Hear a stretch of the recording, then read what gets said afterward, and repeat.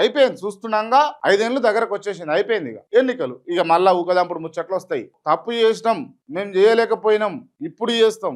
ఇప్పుడు 50,000 వేస్తాం పెన్షన్. నెల నెలకు 50,000 అంటారు. ఆశ్చర్యం అవసరం లేదు. ఎందుకు 4,000 అనుకున్నావా? ఎక్కడో 200 రూపాయలు ఉన్నటువంటి పెన్షన్ ఇవాళ 4,000 రూపాయలు 5,000 రూపాయలు అవుతుందని అనుకున్నావా? అనుకోలే కదా. ఈ 5,000 కాస్త 50,000 కూడా అంటారు. మళ్ళీ ఏముంటదండి?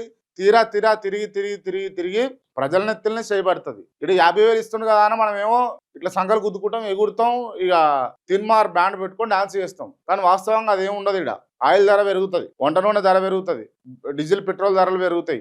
మళ్ళీ తర్వాత మనం చూసుకుంటే ఏ వస్తువు తీసుకోవాలన్నా, సబ్బు తీసుకోవాలన్నా పెరుగుతుంది, షాంపూ తీసుకోవాలన్నా పెరుగుతుంది, మీరు పసుపు కొనాలన్నా పెరుగుతుంది, కారపొడి కొనాలన్నా పెరుగుతుంది, మిర్చికి పెరుగుతాయి, టమాటాకి పెరుగుతాయి, అన్నింటికి పెరుగుతాయి ధరలు. బీభత్సం. నీకు 50,000 వస్తున్నాయి కదా, నీ 50,000 తగ్గట్టే ఖర్చులు అవుతాయి. మళ్ళీ ఇప్పుడు 5,000 వస్తే 5,000కి, 4,000 వస్తే 4,000కు ఎట్లా ఖర్చులు ఉండేనో ఇప్పుడు అంతే.